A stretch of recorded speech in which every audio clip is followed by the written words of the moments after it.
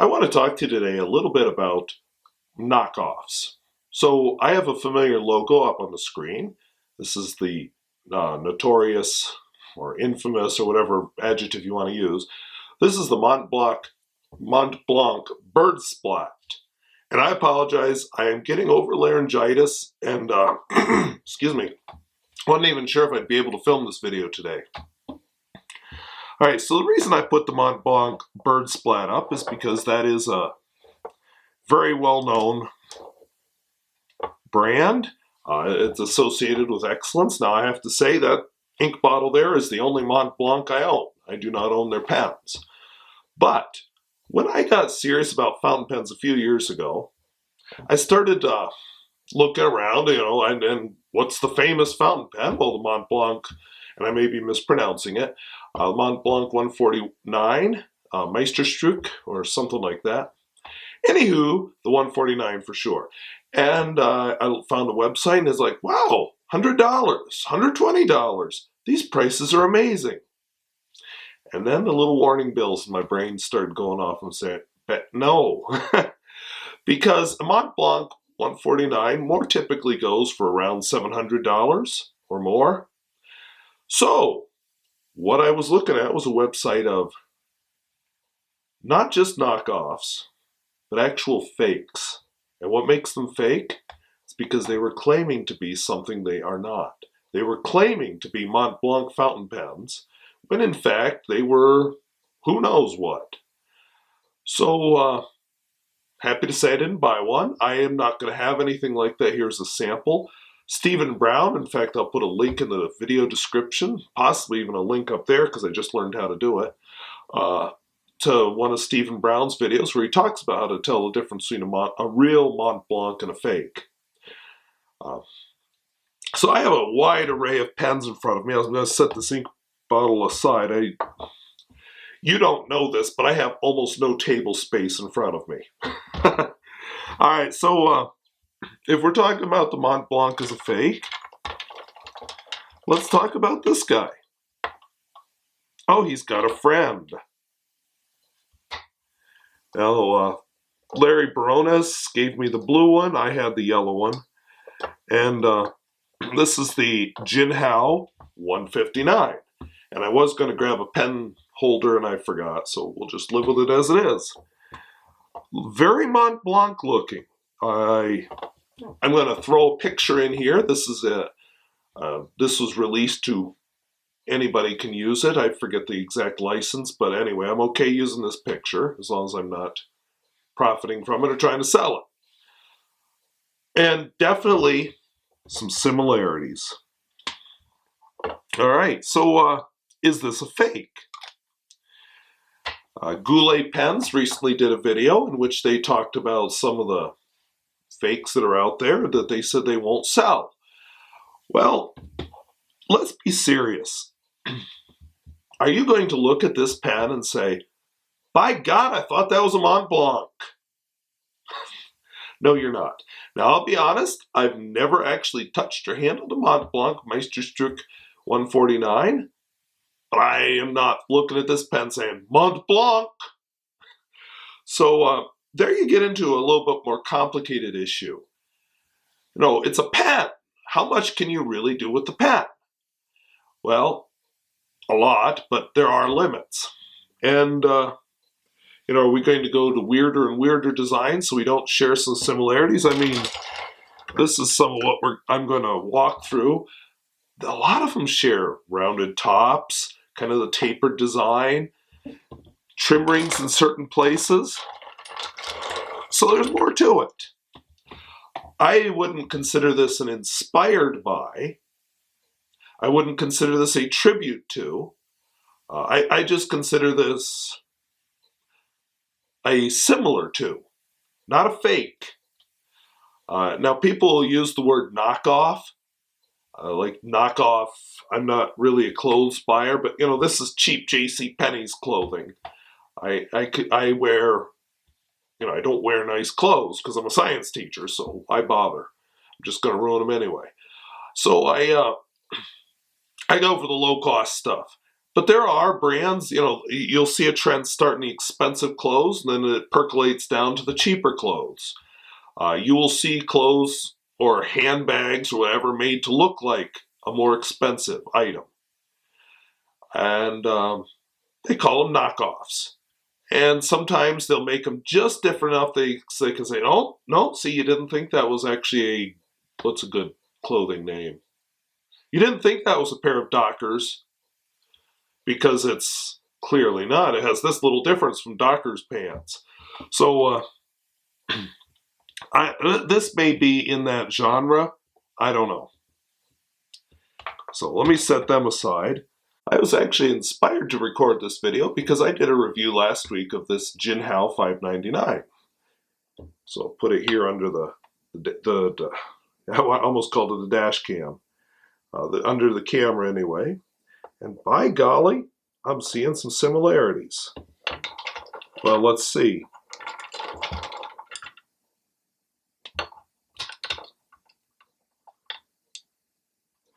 Okay, so at first blush, you want to say, yeah, sort of the same idea in the clip, but definitely not the same clip.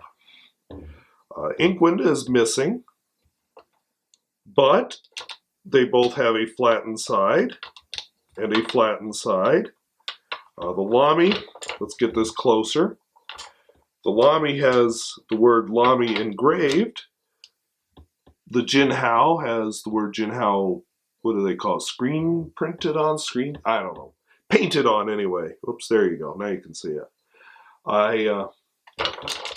When you look at the finials, pull the document camera up here. When you look at the finials, just barely making it out. The Lamy All-Star has a dot. The Jinhao is just plain. At the other end, the Lamy All-Star has a plus sign. The Jinhao is plain. Okay, so some differences. When you uncap them, check out the grip sections. Okay, the nibs are clearly a bit different from each other. In fact, I apparently didn't do such a good hot job cleaning the Lamy, or the Jinhao, or I don't know. But that triangular grip that some people don't like. Lamy's is vaguely see-through, the Jinhao is not. Open them up. They both have a little ring here. Lamy's is plastic and attached to the barrel, and it's part of a liner inside the barrel. Jinhao's is just loose and it actually comes off. And oh look, the converters are similar. In fact, I was washing at the same time as this Jinhao, I was washing a Lamy Studio, which does use a black converter because Lamy has two different kinds of converters. And I really had to study them to figure out which one was which. Well, it helps that Jinhao wrote the word Jinhao on theirs.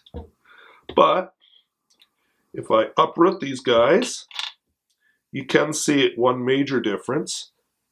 The Jinhao converter is a more standard type of converter. The Lamy is definitely a proprietary converter. You can also see different nib, although a lot of similarities in how it's attached to the feed. See that?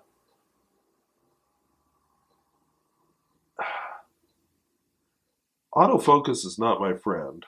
But anyway, different nib, but some similarities too. Now I could do the same exact thing. We'll just leave these pens all taken apart over here. Lamy Safari, Jinhao 599 Plastic Edition.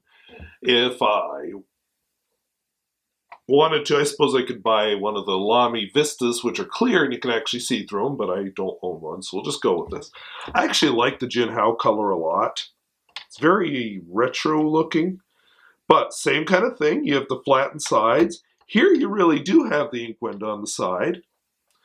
But one thing I notice is the converter pokes down into the ink window on the Jinhao, does not in the Lamy. There you're getting into build quality. Uncap them. Again, triangular grip. This one has a very different feed, however. Also see-through feed, which or see-through grip section, but same triangular grip. Same thing with the trim ring, although this one's a little bit better attached, and same converter, the salami style converter. And I like a lot of features about this pen. Now, so again, knockoff. Well, let's look at another knockoff. Here is the Platinum. I apologize, I totally forgot what pen this is. The Platinum Plaisir. All right, so Platinum Plaisir. All right, who'd knock off that pen? Well, maybe Pilot would. We have a Pilot Metropolitan here. And you look at them. Let me pull this back so you actually can. You see how my crowded table here. And they definitely both have rounded ends. Very similar bodies. Different ideas on the trim in the middle. The Platinum puts it on the cap. The Metropolitan puts it on the barrel. But still, knockoff? I wouldn't accuse either Platinum or Pilot of being a knockoff or a copy or anything. Set them aside. Here's a fun one. This is a Hero 616. Okay, what's that remind you of? I don't have the real thing, by the way, so we're just going to have to go with this guy. Almost bought one, but I ended up not because I didn't want to pay $200 for it. Boy, that clip sure looks familiar. In fact, well, let me go back to these Jinhaos for a second.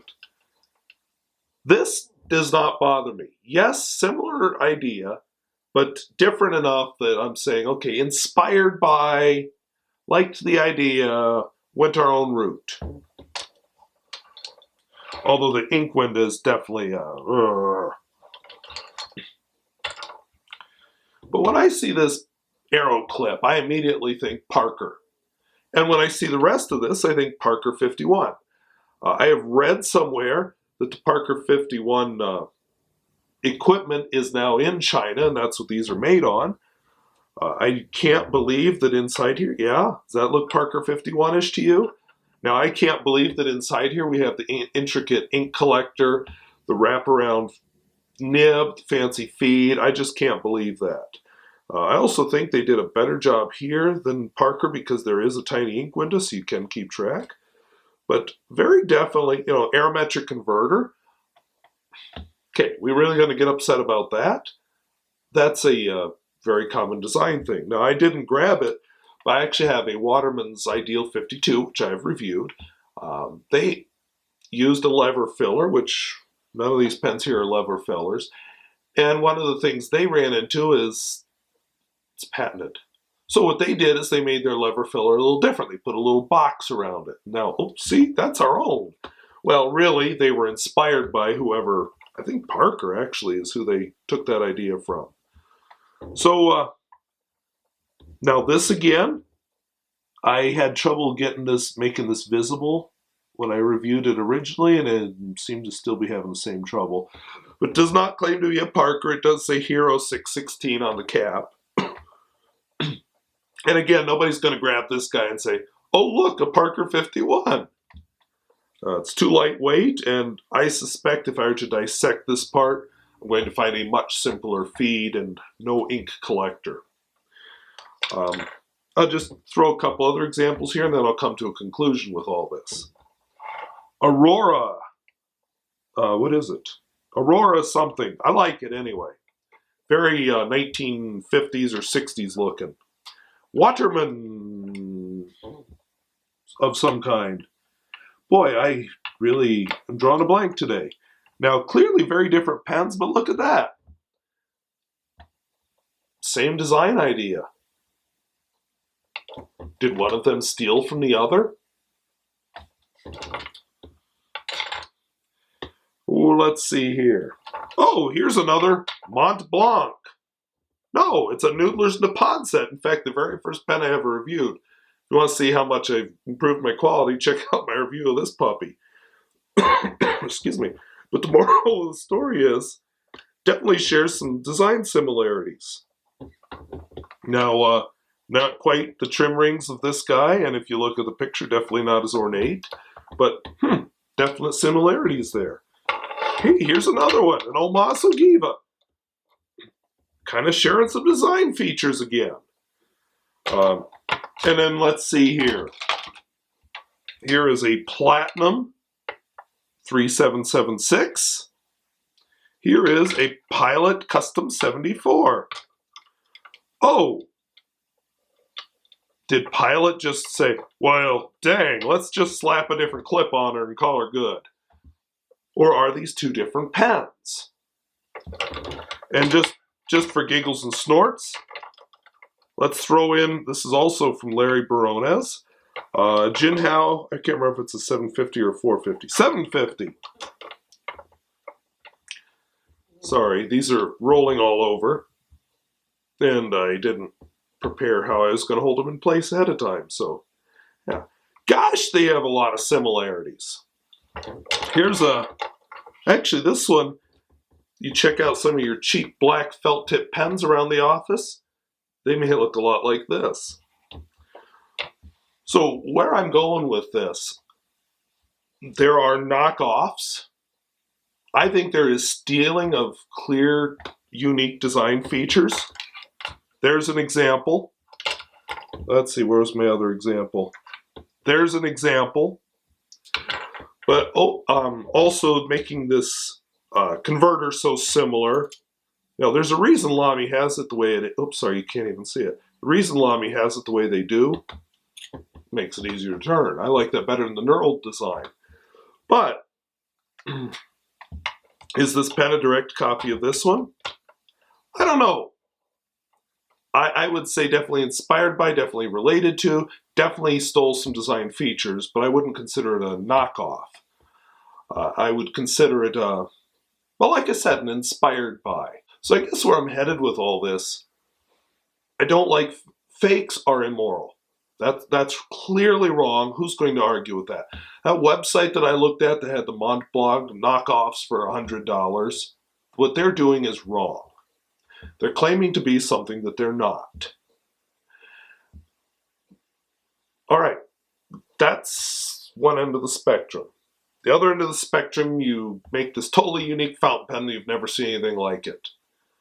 Most of the fountain pen world exists in this gray area in the middle, where there are certain design similarities. Well, actually, this guy doesn't belong in that group.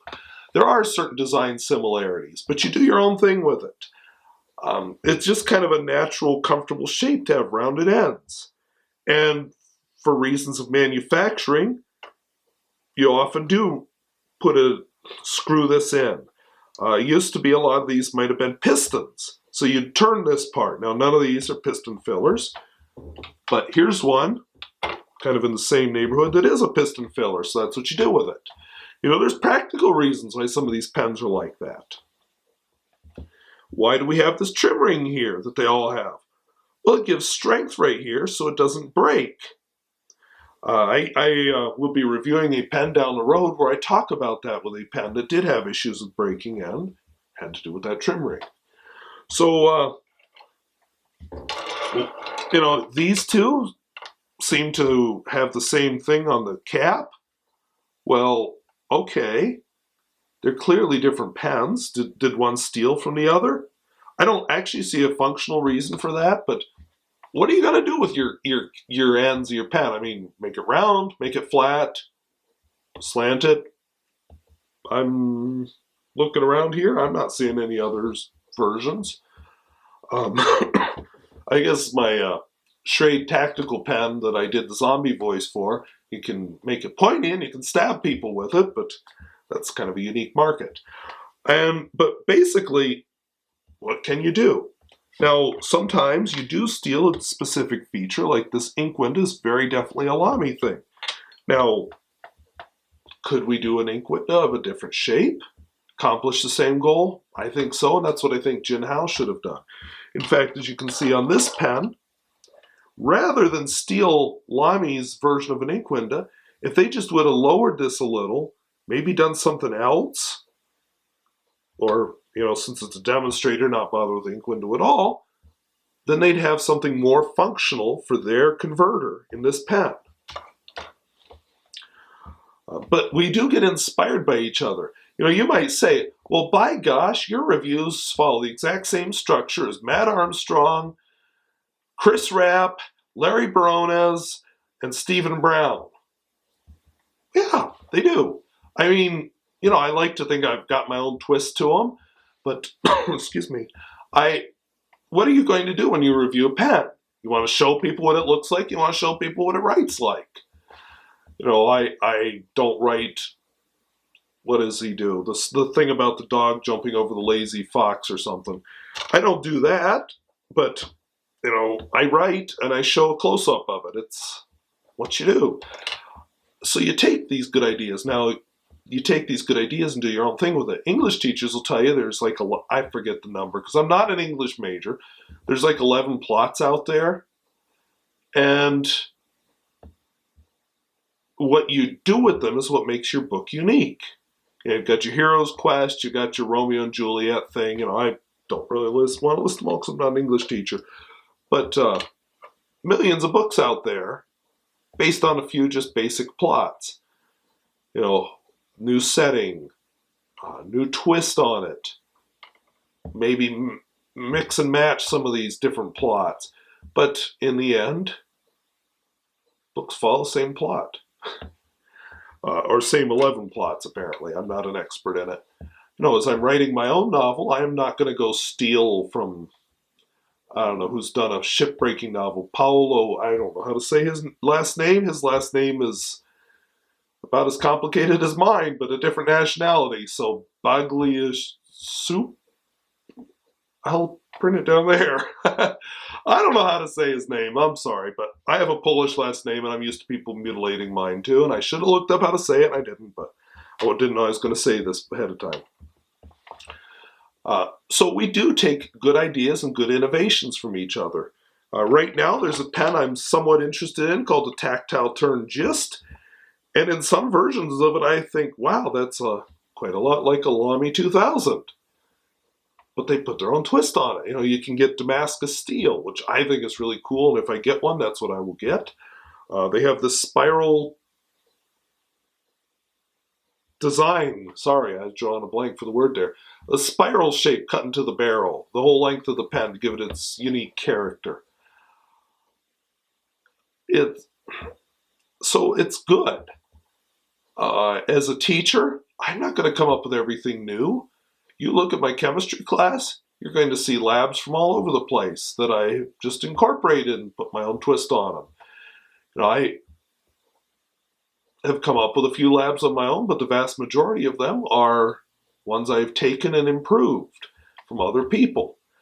And who doesn't do the oleic acid lab in their chemistry class where you estimate the size of the oleic acid molecule? Yeah, I mean, I stole that lab from somewhere, but so did every other chemistry teacher and chemistry book. It's what you do. So it's really hard to come up with a truly original fountain pen design. So I say, yes, we like to call these Lamies, or this is not a Lamy, sorry. This is a knockoff of the Lamy Safari. I don't consider it that. I consider it maybe inspired by the Lamy Safari. Certain elements of this are definitely stolen from the Lamy Safari, which I don't appreciate. Ink window, the converter. This is more of an inspired by. The grip, like I said, that's a traditional thing. It makes it easier to learn how to hold a pen properly. The nib, I don't see much copying there. So, I said this would be controversial, and I had this big ambition of categorizing pens into different categories, knockoff. I was going to come up with words for how much. But you know what? If you're confused by a pen when you pick it up and you don't know if it's real, and you have to investigate to find out whether it's the genuine article or not, you've got a copy. You've got something that's wrong.